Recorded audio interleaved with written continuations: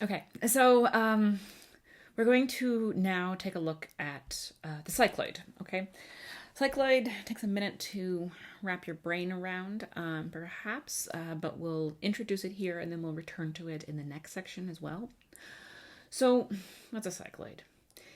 It's the curve traced by a point on the edge of a rolling circle. Here's my circle, some painter's tape. Got a little point here that I've tried to put in black marker. Okay. So this circle is going to roll along a straight edge. Okay, here it is. It's rolling. Okay. Cycloid is the curve that's traced by that. Okay. So the picture is trying to depict that. And then this is the actual motion. Okay. So like if you think about where this point is going, it is going down and then it's going up, going down and then it goes up. Okay. And so we are asked to find parametric equations for this cycloid if the line along the circle rolls is the x-axis, but always tangent to it, and the point begins at the origin. Okay, so we're starting with our point at the origin. Oh, drop my microphone here. Why not? All right. So my point, here's my point at the origin, and I'm just tracing that curve, okay? You can think about what's happening here. Oh, and there it is. I'm through being embarrassed about being klutzy. We're more than a year into this. Okay, so all we're trying now is to start by defining that our goal here is to start with the parametric equations, okay? So we're looking for the parametric equations for the cycloid of the line along which the circle rolls is the x-axis, but always tangent to it. Okay, so we're always tangent to the x-axis, but we're not we're not going over, like we're not like dipping below the tangent like our x-axis, and we're not like, if you think about it like a bicycle, we're not like going into the air. Okay, we're just like rolling along our x-axis. Okay. All right. So what are we doing? Probably using cosine and sine. It's often a really good place to start. So what do we want? We want to know our x and y coordinates, okay? We want to know our x and y coordinates, okay? We want to know the coordinates away from this point P, okay? This is our point P. This is my point P, okay? Of point P in terms of what? In terms of what parameter?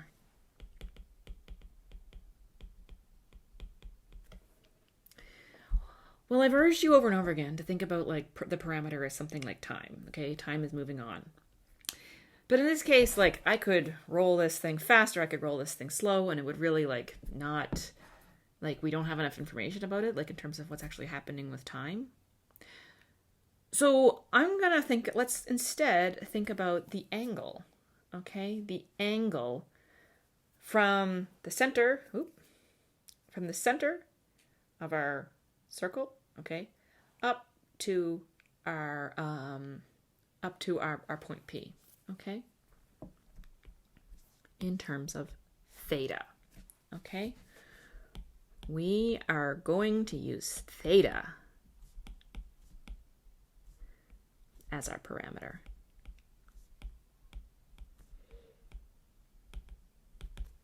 Okay, great. Let's draw ourselves a picture of what's happening. My circle is going to roll around a little bit, okay? So we're not immediately at the origin anymore. Oh, look at that beautiful circle. Haha, very nice, okay? I have the middle of my circle. Let's say, I don't know, this can be point P. All right. And let's measure a bunch of things, okay? Let's measure a bunch of things. We're interested in this distance. This is my x, right? this height, this is my y. Okay. What are we going to do? What are we going to do? Well, this distance, well, that's r. Okay, that is the radius of this. I don't know, what's that, like 2 inches, something like that. Okay. And then I need to think a little bit more about like what's happened. I'm talking about this angle, but what is my angle? Okay. How far, like it's how far I've rolled, right? Okay. So let's make a totally perpendicular line there, totally vertical. This line is also r. And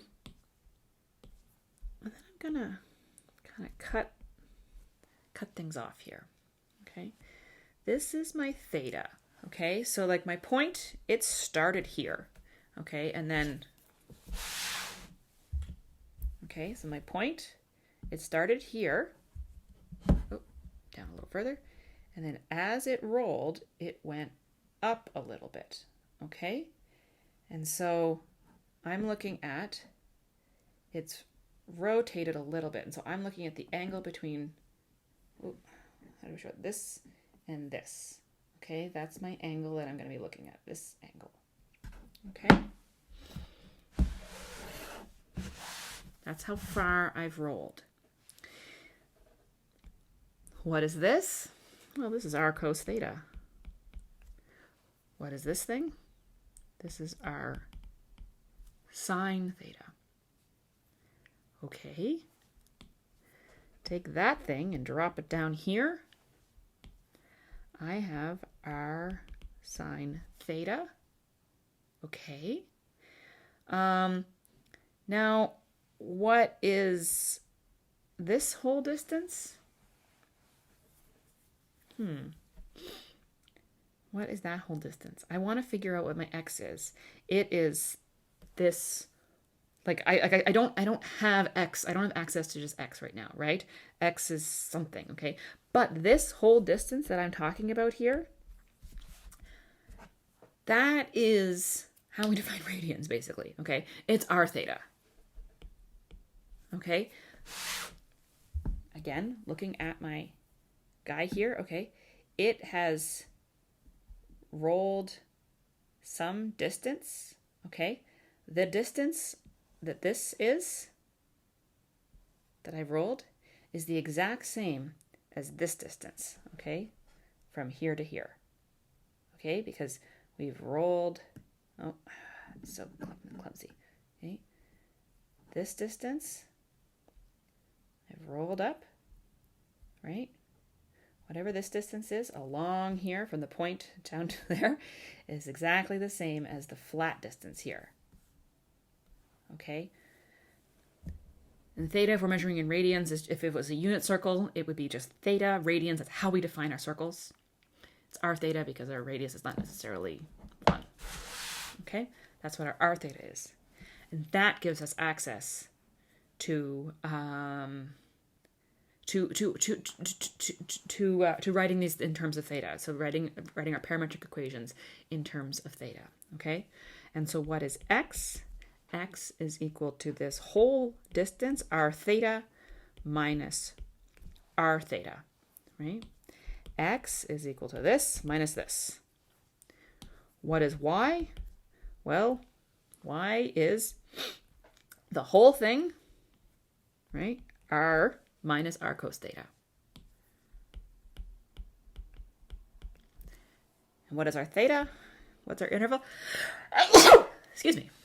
Theta can just go off, like we can roll both directions forever.